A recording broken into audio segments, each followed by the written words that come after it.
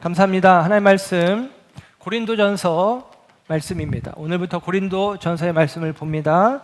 고린도전서 1장 1절에서 11절의 말씀입니다. 하나님의 말씀 고린도전서 1장 1절에서 11절의 말씀 함께 합독하겠습니다. 시작. 하나님의 뜻을 따라 그리스도 예수의 사도로 부르심을 받은 바울과 형제 소스데네는 고린도에 있는 하나님의 교회 곧 그리스도 예수 안에서 거룩하여지고 성도라 부르심을 받은 자들과 또 각처에서 우리의 주 곧 그들과 우리의 주 되신 예수 그리스도의 이름을 부르는 모든 자들에게 하나님 우리의 아버지와 주 예수 그리스도로부터 은혜와 평강이 있기를 원하노라.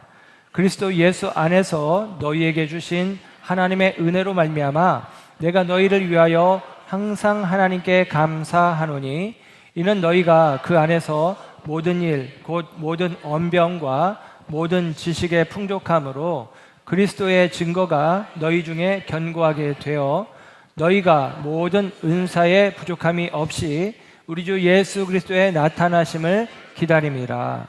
주께서 너희를 우리 주 예수 그리스도의 날에 책망할 것이 없는 자로 끝까지 견고하게 하시리라. 너희를 불러 그의 아들 예수 그리스도 우리 주와 더불어 교제하게 하시는 하나님은 미쁘시도다. 형제들아, 내가 우리 주 예수 그리스도의 이름으로 너희를 권하노니 모두가 같은 말을 하고 너희 가운데 분쟁이 없이 같은 마음과 같은 뜻으로 온전히 합하라.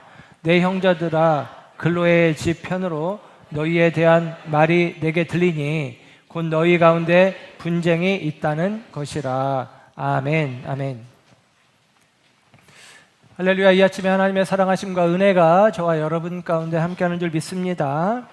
우리는 지난 시간까지 다윗 이야기를 살폈어요. 오랫동안 살펴왔죠. 다윗의 생애를 따라가면서 2026년 우리의 표, 하나님께 조준하고 조율된 삶이라는 이 표어를 붙들고 함께 걸어왔습니다.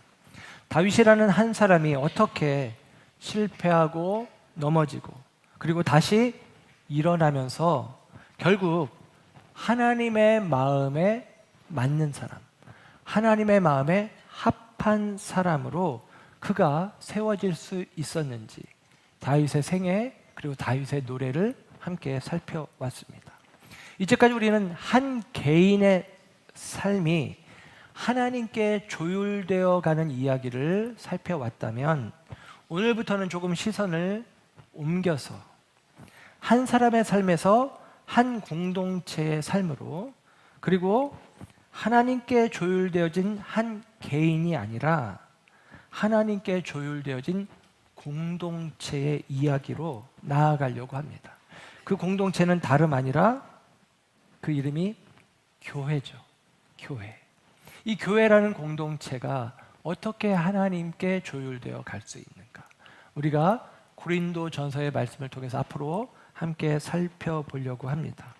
이 고린도전서를 본문으로 주제는 십자가의 도라는 주제로 십자가의 도라는 주제로 한 20회가량에 걸쳐서 이 고린도전서의 말씀을 함께 살펴갈까 생각하고 있습니다. 고린도전서의 말씀을 따라가면서 하나님께서 세우신 교회가 무엇으로 하나가 될 수 있고 무엇으로 회복되어지는지를 함께 배워가게 될 것입니다. 답은 이미 말씀드린 대로 주제라고 했는데 십자가의 도입니다. 무엇으로 하나가 될까? 무엇으로 회복될까? 이 십자가의 도, 결국은 십자가의 도를 이야기할 것입니다. 오늘 말씀의 제목은 고린도에 있는 하나님의 교회, 고린도에 있는 하나님의 교회라는 제목으로 오늘 말씀을 전하는데요. 이 말 제목 안에 두 가지 의미가 있죠.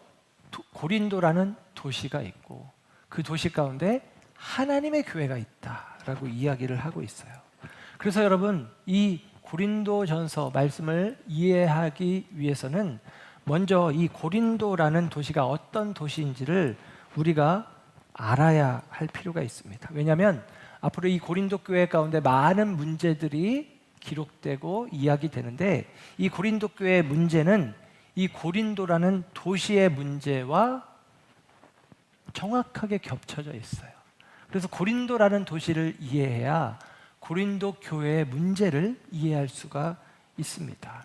지도를 보시면 고린도는 이렇게 위치해 있어요. 그러니까 지도 위쪽에 잘린 부분은 북쪽의 마케도니아 지역입니다. 사도행전 16장에 마케도니아 사람의 환사 그렇게 이야기하죠. 그리스가 북쪽으로는 예전에 로마 시대에 마케도니아 주가 있었고, 남쪽으로는 아가야 주예요. 이 아가야 주의 중심부에 좁은 지역이 있어요. 그러니까 아테네 옆에 이 작은 통로, 육로와 같은 곳으로 작은 반도로 연결이 되어지는데, 펠로폰네소스라고 하는 반도, 아래쪽에 있는 이 섬처럼 생긴 곳이 펠로폰네소스인데, 여러분이 보는 지도의 이 빨간 지점이 고린도입니다. 코린토스라고 하는데요. 이곳이 육지로 연결이 되어 있어요. 그런데 이곳은 그러니까 양쪽으로 항구가 발전이 되어 있습니다. 동쪽으로는 갱그레아 항이 있고 서쪽으로는 레가이온이라는 항구가 있어요. 이 항구가 굉장히 많이 발전이 되어 있습니다. 그래서 지형적으로 예를 들면 이 동쪽의 터키 지역, 소아시아 지역에서 로마로 가는 길에 그리스가 있는데, 이 필리포네소스라는 이 반도 지역을 우회해서 만약에 배가 가면 2주일의 시간이 더 걸립니다. 그런데 갱그레아 항으로 와서 거기서 육로로 한 7km 정도, 그 폭이 7km 정도 되는데 7km 정도를 걸어가면서 다른 항에서 배를 갈아타고 가면 2주일 정도의 시간을 벌게 되는 거예요. 그러니까 경제적으로도 효과가 있고, 그리고 시간적으로도 효과가 있고, 그래서 이 고린도라는 도시는 한마디로 두 개의 항구가 굉장히 번성한 항구 도시입니다. 그러니까 무역이 발전한 곳이고 수많은 사람들이 왕래하는 곳이고, 무역이 발전하고 수많은 사람들이 왕래하니까 거기에 뭐가 많냐? 돈이 도는 곳입니다. 돈이 많은 도시가 고린도라고 이야기할 수 있어요. 돈이 얼마나 많냐면, 그래서 이 고린도에 대해서 교회를 안 다니는 사람들도 배우는 것들이 있는데, 고대의 건축 양식, 그리스, 로마의 건축 양식을 배우면서 이 건축 양식의 기둥 이야기를 하거든요. 기둥의 그림을 보면 예를 들면 크게 세 가지 모양이 있어요. 그래서 도리아 양식이 있고, 이오니아 양식이 있고, 고린도 양식이 있습니다. 사진 보여주세요. 기둥 양식을 보면 예를 들면 BC 8세기경에 이 도리아 양식이 있는데, 뭐 예를 들면 아테네가 옆에 있는데 아테네의 파르테논 신전이 이 도리아 양식으로 되어 있어요. 이 양식은 가장 처음 양식이고 가장 심플하게 되어 있습니다. 웅장하고 그냥 남성적이고 그런 모습이죠. 그리고 나서 BC 7세기경부터 이오니아 양식이 만들어집니다. 꾸미기 시작했죠. 받침대가 있고 모양을 꾸미기 시작해요. 그리고 BC 6세기경부터 이제 고린도 양식이 나오는데, 이 고린도 양식, 이거는 우리가 일반 세상에서도 배우는, 학교에서도 배우는 내용입니다. 그래서 이 고린도 양식이라는 표현을 배워요. 코린토스 양식인데, 이 양식은 굉장히 화려하게 기둥을 만들어 놓습니다. 아칸소스 잎사귀가 이 기둥 위쪽에 이렇게 수가 놓아지듯이 새겨져 있어요. 그래서 잎사귀 모양을 다 일일이 새기려니까 얼마나 힘들겠어요. 이 얘기는 뭐냐면, 한마디로 이 고린도 양식은 굉장히 화려한, 그리고 사치스러운 양식의 대표가 되는 거예요. 그래서 고린도라는 유적지를 가보면 예를 들면 집들의 거실에 모자이크로 막 이렇게 꾸며져 있습니다. 고대 사회에 모자이크가 있다는 얘기는 어마어마하게 돈이 많이 들어간 건축물이라는 의미예요. 그러니까 고린도 양식의 기둥으로 그리고 모자이크로 만들어진, 한마디로 말하면 고린도는 돈이 많은 도시, 그리고 화려한 도시, 사치의 끝판왕의 도시가 고린도입니다. 그 더군다나 이 고린도에는 이렇게 고린도 양식으로 지어진 신전들이 그 고린도라는 도시에 12개가 있는 것으로 유적 확인 결과가 있습니다. 뭐 아폴론 신전, 황제 신전, 그리고 이 고린도라는 도시가 항구 도시였으니까 해발 고도가 낮겠죠. 그런데 거기에 해발 500m가 넘는 산이 하나 있어요. 아크로고린도라고 합니다. 아크로폴리스 위에 파르테논 신전이 있듯 아크로고린도 위에 평지에 아프로디테 신전이 있었어요. 아프로디테는 로마식으로 표현하면 비너스, 그 아름다운 여신이라고 하죠. 그 아프로디테 여신의 신전이 있었는데 기록에 의하면 그 아프로디테 신전에 여자 사제가 1000명에 이르렀다라고 합니다. 고대 사회의 여자 사제들은 성적인 역할을 감당해요. 그러니까 신과 사람의 합의를 성관계로 이야기를 합니다. 그래서 성전 창기라고 이야기하기도 합니다. 성전 창기가 1000명에 이를 정도로. 그러니까 여러분, 이 고린도라는 도시는 수많은 사람들이 무역항이니까 외국 사람들도 오고 자기 나라 신들을 섬기는 신전들이 많이 세워지고 그 신전들에서는 성적인 타락이 빈번하게 일어나는 도시, 그게 바로 고린도라는 도시다라는 사실입니다. 그와 동시에 이 고린도는 고대에서는 굉장히 화려한 도시였지만 로마 시대에는 BC 44년에 재건이 돼요. 그러니까 바울이 이곳에 복음을 전하기 한 100여 년 전에 재건이 되어지는데, 이때 재건을 하는 사람들이 누구냐면 퇴역한 로마 군인들, 그리고 자유를 얻은 노예들이에요. 그러니까 이 고린도는 한마디로 말하면 무너졌던 도시가 다시 재건되는 상황 속에 있었는데 신도시죠. 그러다 보니까 신분의 높고 낮음이 별로 없어요. 한마디로 말하면 자기 하기 나름으로 지위가 상승할 수 있는, 성공을 할 수 있는 그런 도시가 기회의 땅이 고린도였습니다. 그래서 이 고린도는 성공지향적인 사람들이 모여 있는 곳이 고린도라고 이야기할 수 있고요. 한 가지 더 말씀을 드리면 고린도는 웅변과 수사학이 많이 발전한 도시였다고 해요. 예를 들면 옆에 아테네는 철학이 발전했죠. 철학은 옳고 그름을 이야기하는 학문입니다. 근데 수사학은 언변을 이야기하는 거예요. 웅변, 설득력 있는 것이죠. 여러분 생각해 보세요. 장사하는 사람들이 많은 무역항이란 말이에요. 그러니까 여러분 거기서는 사람들을 설득시켜야지 이익이 되는 것입니다. 옳고 그름의 문제가 아니라 말을 잘해서, 속된 말로 장사꾼처럼 말을 잘해서 설득해내면 이익이 되는 거예요. 그래서 여기는 이 말 잘하는 게 굉장히 중요한 도시가 바로 고린도입니다. 이런 고린도라는 배경 위에 고린도 교회가 세워지는데요. 이 고린도 사람 같다라고 하는 관용적인 표현이 옛날에 있었는데 코린티아조마이라고 하는 표현입니다. 이 말은 고린도화 되어진다는 표현인데 이게 어떤 의미로 관용적으로 쓰이냐면 방탕하게 쾌락을 쫓으며 산다, 이런 의미가 코린토화되었다라는 의미의 단어로 상용화되어집니다. 그러니까 고린도 사람 그러면 쾌락을 쫓는 사람, 방탕한 사람, 이런 의미로 여겨졌단 말이에요. 고린도가 어떤 이미지를 갖고 있는지 우리가 알 수 있죠. 그와 같은 고린도라는 도시에 하나님의 교회가 세워집니다. 사도행전 18장에 보면 바울이 2차 전도여행 때 고린도에 와서 브리스길라 아굴라라고 하는 천막 만드는 사람과 함께 생활하면서 거기에서 복음을 전하고 거기에 교회가 생겨납니다. 처음에는 바울이 유대인 회당에 가서 복음을 전하려고 했는데 유대인 회당 사람들이 싫어해요. 예수님을 부정합니다. 그래서 바울이 어쩔 수 없이 사도행전 18장의 말씀을 보면 디도 유스도라고 하는 사람의 집에서 복음을 전하기 시작해요. 근데 그 복음이 확장되어서 회당장 그리스보와 그 가족이 믿고 많은 고린도 사람들이 믿게 되었다는 것입니다. 그러니까 유대인들이 아니라 이방인들이, 이 헬라 사람들이 믿기 시작하는 일들이 벌어집니다. 이 일 때문에 유대인 회당에서 고발을 하게 돼요. 그 고발을 하는 일들을 앞장섰던 사람이 소스데네입니다.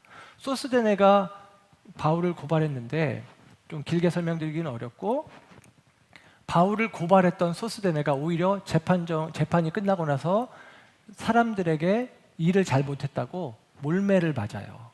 이런 상황 속에서 성경을 통해서는 알 수 없지만 정황상 바울이 오히려 소스데네를 도와준 것 같아요.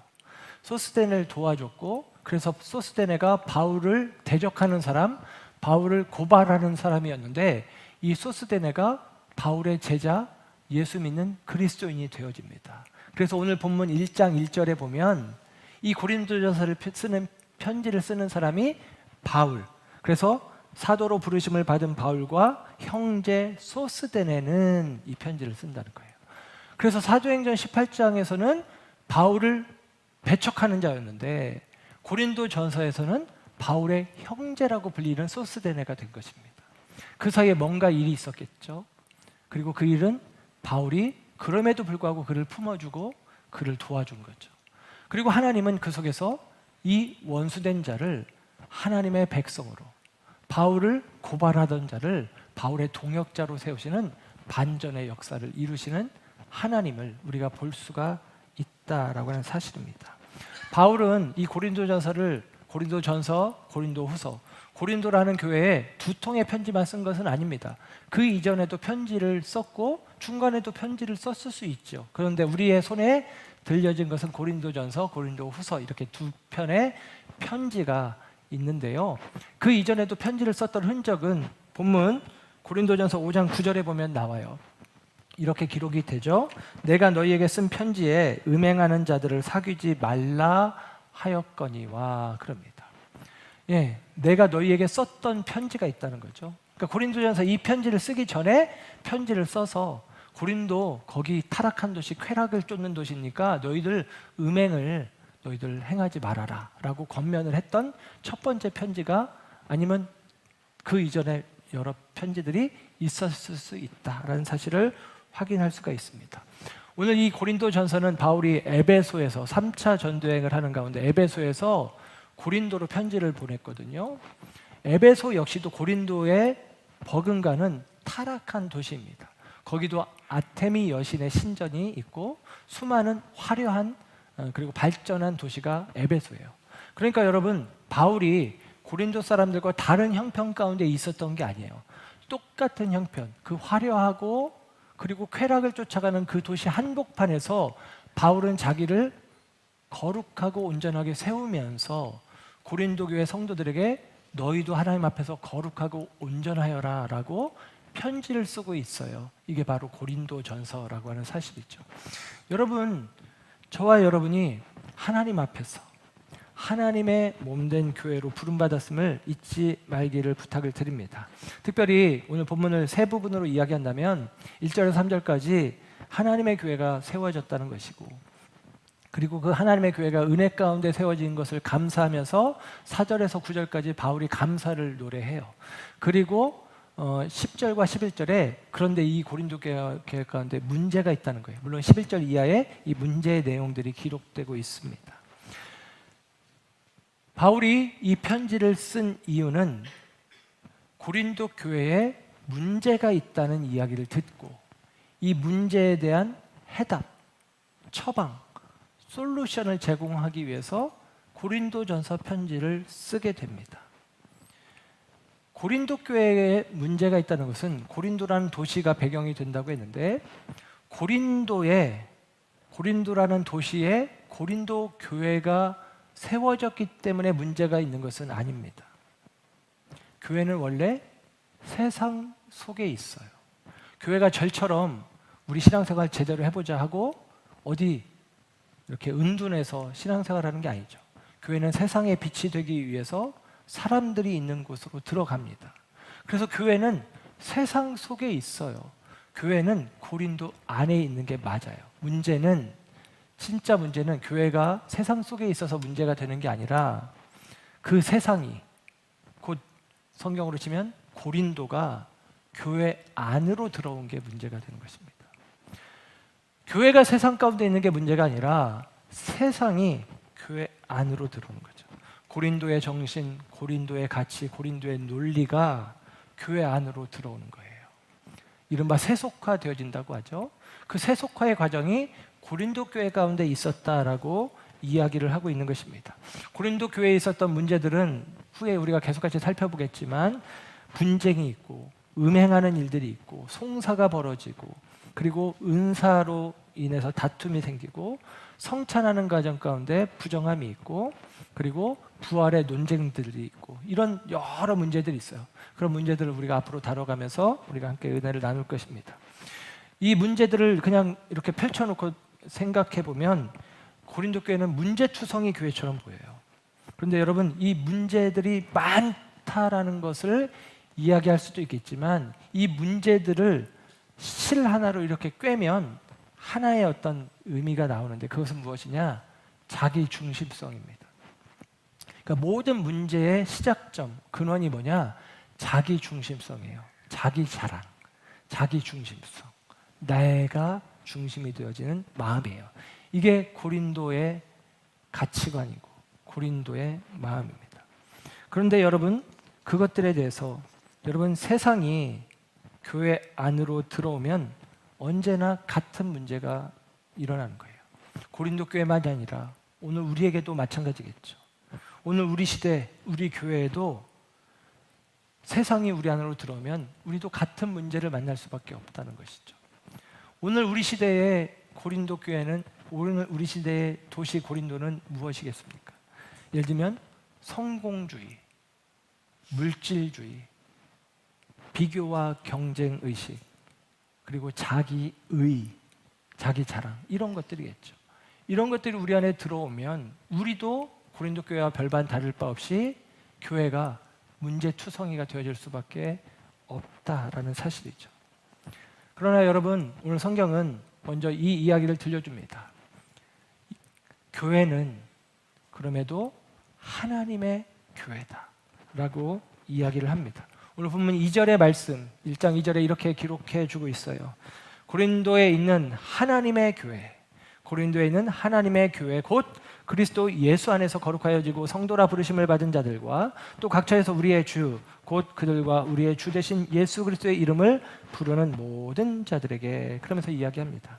여러분, 고린도에 있는 하나님의 교회라는 거예요. 이게 본문을 직역하면 하나님의 교회 곧 고린도에 있는 그것입니다. 여러분, 모든 교회는 하나님의 교회죠. 하나님의 교회 곧 오창에 있는, 하나님의 교회 곧 대전에 있는, 하나님의 교회 곧 서울에 있는, 이렇게 이야기할 수 있단 말이에요. 그러니까 교회는 하나님의 교회라는 게 중요합니다. 고린도라는 곳에 있지만 고린도에 속한 것이 아니죠. 하나님께 속한 것입니다. 마찬가지로 여러분, 교회는 사람에게 속한 게 아니에요.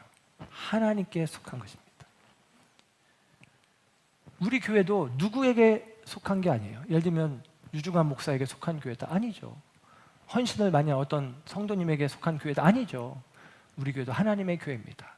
구약 성경에 보면 성막, 성전, 이스라엘 백성들을 향해서 구약 성경은 하나같이 하나님의 것이라고 이야기해요. 성막 하나님의 것, 성전 하나님의 것, 이스라엘 백성 하나님의 것. 그런데 생각해 보세요. 이스라엘 성막 누가 지었습니까? 사람들이 지은 거예요. 이스라엘 백성들이. 이스라엘 백성들이 지었는데 이스라엘 백성들의 것이라고 하지 않고 하나님의 것이라고 이야기합니다. 교회도 마찬가지죠. 우리가 땀 흘리고 수고하고 애써서 교회를 세우고 함께 마음을 모아서 함께 조직을 세우고 이런 일들 우리가 했을지 모르지만 그럼에도 불구하고 교회는 어느 누구의 것이 아닌 하나님의 것이라는 사실을 우리가 잊지 말아야 합니다. 교회는 하나님의 교회죠. 하나님의 것, 하나님의 교회죠. 그리고 그 교회에 대해서 이어서 표현하기를 그리스도 예수 안에서 거룩하여지고 성도라고 부르심을 받은 자들, 이렇게 표현해요. 거룩하여졌다는 거예요. 교회는요, 거룩해진 사람들을 이야기합니다. 완료 분사를 사용해요. 거룩해져서 교회가 되는 게 아니라 거룩해졌다라고 선언해주고 있습니다. 거룩해졌기 때문에 거룩하게 살아라, 이게 성경의 메시지예요. 우리가 예를 들면 구원을 받기 위해서는 너희들이 거룩하게 살아, 그러면 구원해 줄게, 이런 방식이 아니라 하나님이 너희를 거룩하게 하셨다, 그러니까 이제 너부터는 너희는 거룩하게 살면 돼, 이렇게 이야기하는 거죠. 로마서도 똑같습니다. 우리를 깨끗하게 하셨어. 근데 우리가 어떻게 다시 죄를 지어서 더럽힐 수 있겠어? 깨끗하게 하셨으니까 깨끗하게 살자, 죄를 짓지 말자, 이게 로마서의 이야기예요. 똑같은 구조입니다. 여러분, 우리가 성화라는 이야기를 하는데 거룩해지는 과정인데, 거룩해지는 과정이라는 것이 어떤 것이냐면 거룩해져야 돼, 거룩해져야 돼가 아니라 거룩하게 하셨으니 거룩하게 살아가는 것, 이게 성화란 말이에요. 저와 여러분은 하나님이 우리를 거룩하게 하셨습니다. 저와 여러분은 거룩한 믿음의 공동체가 되어진 줄로 믿습니다. 저와 여러분의 정체성이 거룩하다라는 거예요. 그러므로 여러분, 고린도라는 타락한 도시에서 거룩함의 정체성을 가진 우리이기에 그 속에서 거룩하게 살아내는 거예요. 그래서 표현하기를 성도라고 말하잖아요. 성도라는 말은 원어적인 의미로는, 성도라는 말이 부르심을 받은 거룩한 자들이라는 말인데, 첫째는 부르심을 받았단 말이에요. 우리가 거룩해서 부르심을 받은 게 아니라 우리가 하나님께 부르심을 받았기 때문에 거룩해졌다는 거예요. 하나님의 구원이 먼저인 줄로 믿습니다. 예, 우리는 죄인이지만 하나님이 우리를 택하시고 부르신 거죠. 그리고 여기서 성도, 거룩하다는 거죠. 거룩한 자들. 여기서 거룩하다는 얘기는 구별된다는 의미예요. 그러니까 여러분, 성도는 구별된 삶을 사는 것입니다. 우리는 거룩하게 구별되었기 때문에 세상과 구별되어진 거룩한 삶을 살도록 요청받고 있는 거예요. 그렇게 이해를 하면 되는 것입니다. 그리고 또한 저와 여러분에게 또 이야기합니다. 우리는 예수 그리스도의 이름으로, 예수 그리스도의 이름을 부르는 자들이다라고 이야기해요. 여러분, 예수님의 이름을 부른다는 게 예수님, 예수님 이렇게 이야기하는 게 예수님의 이름을 부르는 게 아니죠. 예수님의 이름을 부른다는 것은 예수님을 주님으로 고백한다는 이야기예요. 로마의 황제가 주님이 아니라 예수님이 나의 주님으로 고백하는 거죠. 이 고백이 있는 사람들은 세상의 가치관을 따라 살아가는 것이 아니라, 고린도의 논리를 따라 살아가는 것이 아니라 말씀을 따라 살아가는 것이죠. 주님이 보여주신 거룩의 삶을 본받아 살아가는 것입니다. 이것이 저와 여러분의 삶이라는 거예요. 이것이 하나님의 교회에 속한 자들의 삶이라는 거예요. 고린도의 위치에 있지만, 고린도에 속해 있지만 우리는 하나님의 교회, 하나님이 부르시고 하나님이 우리를 거룩하게 살아가도록 요청하는 하나님의 교회라는 사실을 잊지 말아야 합니다. 여러분, 바울이 이 고린도전서를 쓰면서 너희 가운데 많은 문제가 있네. 그러니까 너희는 더 이상 이제 교회가 아니야. 너희들 보니까 실패했네. 너희는 더 이상 교회가 아니야. 이렇게 이야기하는 게 아니에요. 너희는 그럼에도 불구하고 교회야. 너희는 하나님의 부르심이 있는 교회야. 그러니까 교회 다음을 회복했으면 좋겠어. 이런 마음으로 고린도전서를 쓰고 있다는 것입니다. 사랑하는 여러분, 여러분이 어떤 모습으로 서 있든지 여러분은 하나님께서 거룩해 하게 하신, 하나님이 부르신 주님의 이름을 부르며 주님의 자녀 되어진 주님의 몸된 교회인 줄로 믿습니다. 교회됨을 회복해가는, 그래서 저와 여러분이 다시금 십자가에 그리고 하나님의 뜻에 조율해가는 믿음의 삶을 살아내기를 주의 이름으로 축복합니다. 교회는 그래서 우리의 어떠함보다는 하나님의 은혜로 세워졌다는 것이 중요해요. 4절에서 9절까지 그 이야기를 합니다. 특별히 4절에 이렇게 이야기를 하죠. 그리스도 예수 안에서 너희에게 주신 하나님의 은혜로 말미암아 세워졌다라고 이야기합니다. 바울은 앞으로 이 편지에서 굉장히 많은 책망의 말들을 해요. 분쟁을 책망하고 은행을 책망하고 교만을 책망하고 무질서한 예배를 책망하고 막 잘못된 것을 이야기합니다. 그런데 이 책망하기에 앞서서 바울은 먼저 하나님께 감사를 드려요. 4절 후반부에 보면 항상 하나님께 감사한다는 거예요. 왜냐하면 하나님께서 은혜로 교회를 세우셨기 때문이죠. 그 은혜의 결과 고린도 교회 성도들에게 무엇이 있느냐? 5절에서 7절의 말씀을 보면 짧게 5가지 정도로 언급합니다. 너희 안에 모든 언변이 있다는 거예요. 전도하는 말을 잘한다는 거죠.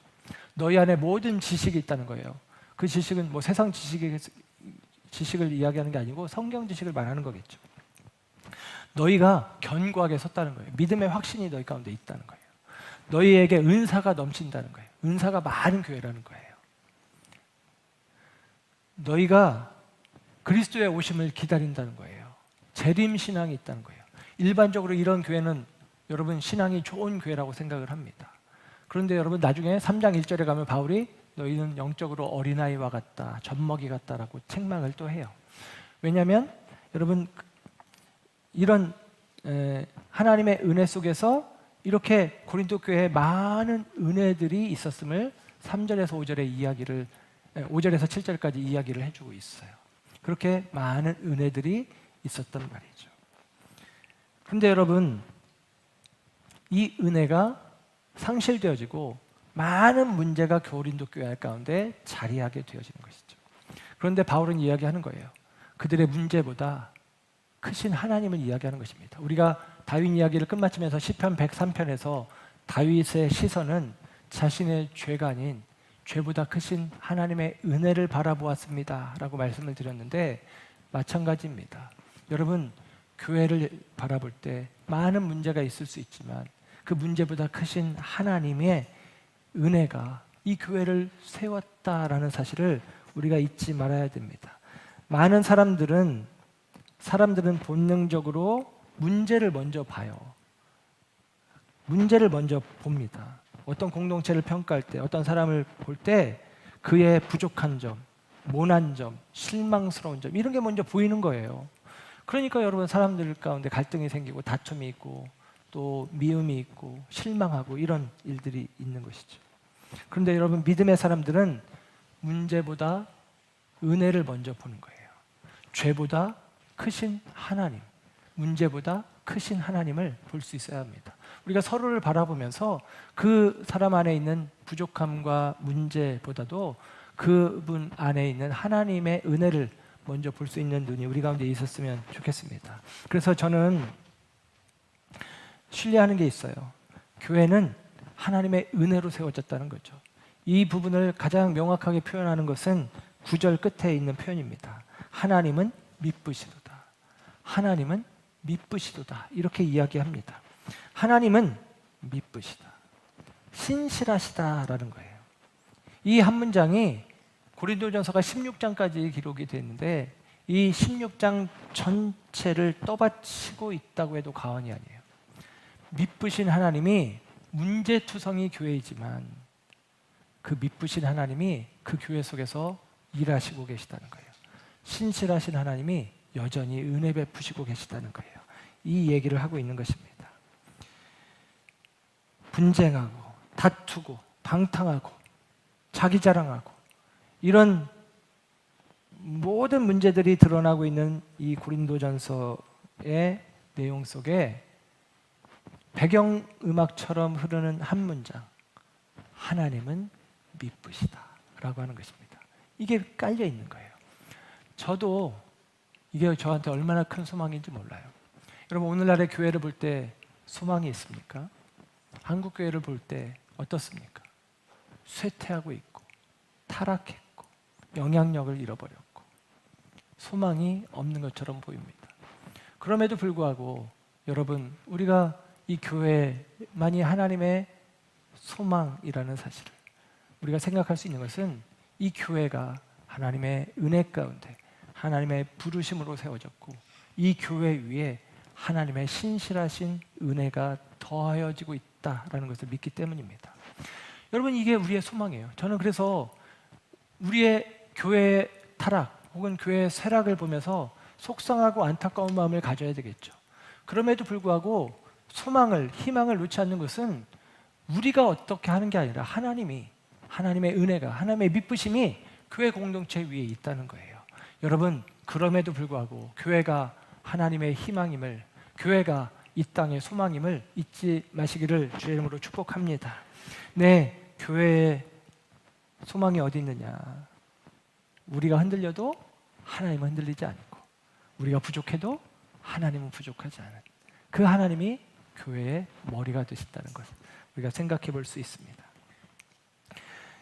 이 교회가 결국은 회복될 것인데 그 교회의 회복의 시작은 바울이 우리에게 제시하는 회복의 대안은, 회복의 솔루션은 다름 아니라 십자가의 도라고 하는 사실입니다.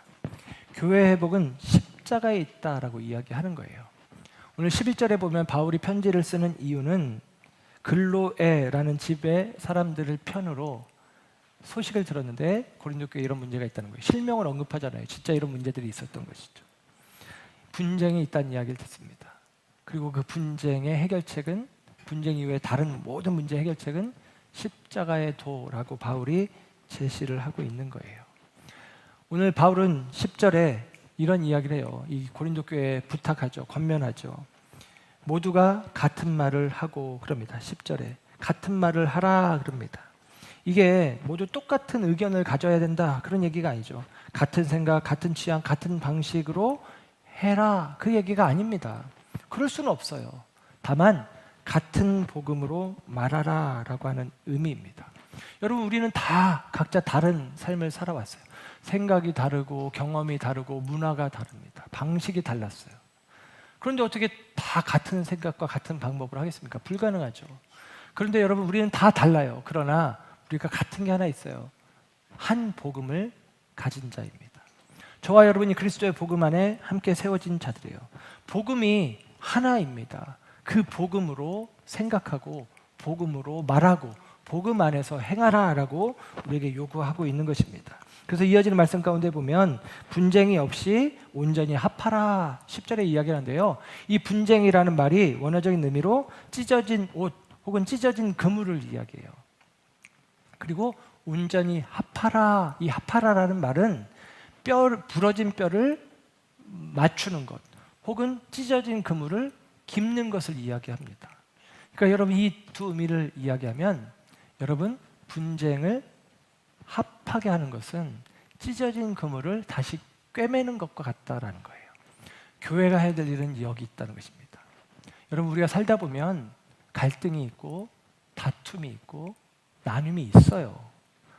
그런 일들은 있습니다. 바울도 그런 일들을 경험하기도 하고요.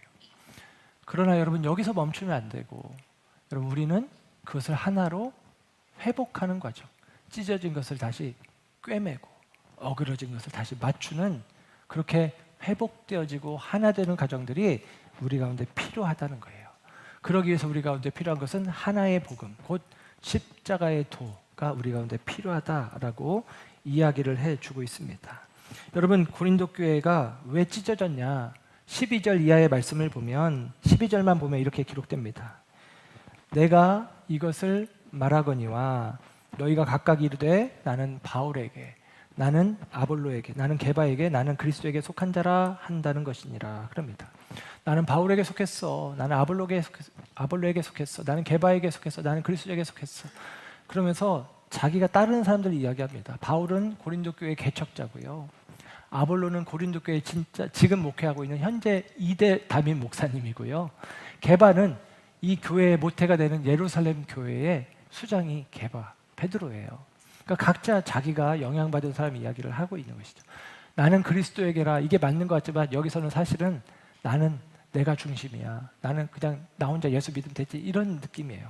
그러니까 이 건강한 부분은 아닙니다. 근데 여기서 문제는 지도자가 문제가 되는 게 아니죠. 어떤 지도자가 잘하고 못하고 이 문제가 아니라 그 지도자를 거들먹거리면서 나는 누구에게 속했다라고 자기를 드러내는 것입니다. 자기를 자랑하는 것이고 자기 중심성을 가지고 있는 거예요. 전에 그런 말씀을 드렸죠. 개척교회 때 어떤 성도님이 오셔서 자기 얘기를 하는데 제가 묻지도 않았는데, 목사님, 저는 여의도 순복음교회 조용기 목사님에게 세례를 받았습니다. 그래서 제가 속으로 어쩌라고요. 조용기 목사님에게 세례 받은 게 자기에게 뭔가 영향이 되는 것처럼 생각할 수 있죠. 근데 여러분, 그런 식인 거예요. 나는 바울에게, 나는 아볼로에게, 나는 게바에게. 근데 여러분, 이 분쟁의 중심에 자기가 어디에게 속했다, 속함을 이야기하는 게 아니라 자기를 드러내는 거죠. 자기를 자랑하는 거죠. 자기 중심성 때문에 결국은 분열하는 거예요. 우리가 교회 공동체 안에 분열이 있다면, 분쟁이 있다면 자기 중심성 때문입니다. 여러분, 세상의 지혜를 따라 살아가는 사람들은 자기 중심성이 중요해요. 고린도 교회, 아니 고린도라는 도시, 돈이 그리고 성공이 가능한, 그리고 언변이 중요한 도시. 그러니까 옳고 그름이 아니라 그냥 말을 잘하면 되는 그런 도시예요. 자기가 중심이 되어 그 끊임없는 성공의 가능성과 사치와 쾌락을 누리며 살아갈 수 있는 도시, 그게 고린도란 말이에요. 근데 여러분, 우리를 바울은 십자가 앞에 세웁니다. 바울은 십자가의 도를 해답으로 제시하고 있는 거예요. 십자가는 어떤 거예요? 자기를 죽이는 자리입니다. 자기를 죽이는 사건이에요. 십자가 앞에 서면 우리는 아무것도 내세울 것이 없는 사람들이 되어집니다. 내가 얼마나 말을 잘하는지, 내가 얼마나 지혜로운지, 여러분, 그것들은 우리의 자랑거리가 되지 못하죠. 내가 누구를 따라가는지, 내가 누구에게 속해 있는지, 이게 어떻게 우리의 자랑거리가 될 수 있겠습니까? 그 어떤 것도 십자가 앞에서는 자랑거리가 되지 못합니다. 오직 그리스도만 자랑하게 되는 것. 이게 바로 십자가입니다. 그래서 오늘 본문 말씀 가운데 1절에서 10절까지 말씀 속에 그리스도, 예수 그리스도, 주 예수 그리스도 이런 표현이 자그마치 9번이나 나와요. 이 표현을 지나치기만큼 반복해서 사용합니다. 바울의 수사학적인 표현인데 바울은 의도를 가지고 있는 것이죠. 고린도 교회 성도들의 시선이 지금 사람에게 가 있어요. 그 고린도 교회 성도들의 시선이 사람에게 쏠려 있어요. 그 사람에게 쏠려 있는 시선을 다시 그리스도께로 가져오는 것입니다. 이 편지의 첫머리에 이 편지를 읽는 독자들에게, 수신자들에게 그 시선이 그리스도께로 향하게 하는 것이 바울의 편지다라는 사실입니다. 사랑하는 여러분, 사람을 중심에 두면 분쟁이 일어나기 마련입니다. 사람은 저마다 다르고 매력이 다르고 그리고 부족함도 달라요. 사람이 중심이 되면 분쟁이 있기 마련입니다. 그러나 그리스도가 중심이 되어지면 다시 하나가 되어지는 것입니다. 그리고 그리스도가 중심이 되어지도록 우리 앞에 바울은 십자가를 다시 세워놓는 거예요. 십자가의 도가 이 고린도전서 전체에 흐르는 신학적인 흐름이에요. 이 십자가의 도, 이것이 앞으로 우리가 살피게 될 고린도전서의 말씀 속에서 가장 중요한 메시지입니다. 십자가의 도. 오늘 본문에 읽지 않았지만 1장 18절에 이렇게 기록해 주고 있죠. 십자가의 도가 멸망하는 자들에게는 미련한 것이요 구원을 받는 우리에게는 하나님의 능력이라. 아멘.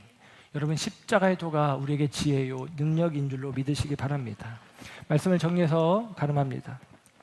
교회의 문제는 교회가 세상 가운데 있기 때문이 아니라 세상이 교회 안으로 들어왔기 때문입니다. 그리고 교회의 회복은 십자가가 다시 교회 안으로, 교회 중심으로 들어올 때 회복은 시작되어집니다. 고린도 교회는 완벽한 교회가 아니었어요. 문제가 많은 교회였습니다. 불완전한 공동체였습니다. 그러나 이 고린도 교회는 그럼에도 불구하고 바울의 말대로 하나님의 교회이고 하나님의 믿부심으로 하나님의 은혜로 그 교회를 다시 회복해 하시는 약속이 주어져 있습니다. 그리고 그 하나님의 약속은 십자가로 시작이 되어지는 거예요. 십자가의 도를 우리 앞에 놓고 그 십자가의 도를 우리가 다시 우리의 삶의 중심으로 붙잡을 때 고린도 교회는 하나님의 교회로 회복되어질 수 있다라고 하는 사실이 있죠. 여러분, 이 소망이 우리 가운데 있기를 소원합니다. 우리 비전교회가 뭐 어그러지고 문제가 많고 그래서가 아니라 우리 비전교회가 하나님께서 부르시고 세우신 교회이고 우리 비전교회 안에도 어쩔 수 없이 우리의 연약함 속에 많은 문제들이 있을 수도 있겠지만 하나님이 우리 비전교회를 아름다운 교회로 세워가실 것을, 하나님의 마음에 맞는 교회로 세워가실 것을 믿으시기를 바랍니다. 우리가 몸담고 있는 이 교회가 완벽하지는 않겠지만 그러나 여러분, 우리가 하나님의 것임을 기억하고 이 교회가 회복되기 위해서 다시 한번 우리 교회가 회복되고 부흥되기 위해서 각자가 다 유능해져야 된다가 아니라 우리 각자가 십자가 앞에 다시 서는 일들이 있어지기를 주님의 이름으로 축복합니다. 오늘 이 시간 우리가 속한 이 공동체 위에 다시 한번 십자가를 세우는 결단이 저와 여러분 가운데 있기를, 그래서 사람을 자랑하지 않고 그리스도만 자랑하는 교회가 되어지기를, 세상의 지혜가 아니라 십자가의 도에 조율되어지는 우리 비전교회가 될 수 있기를 주님의 이름으로 부탁드리고 축복합니다. 기도하겠습니다.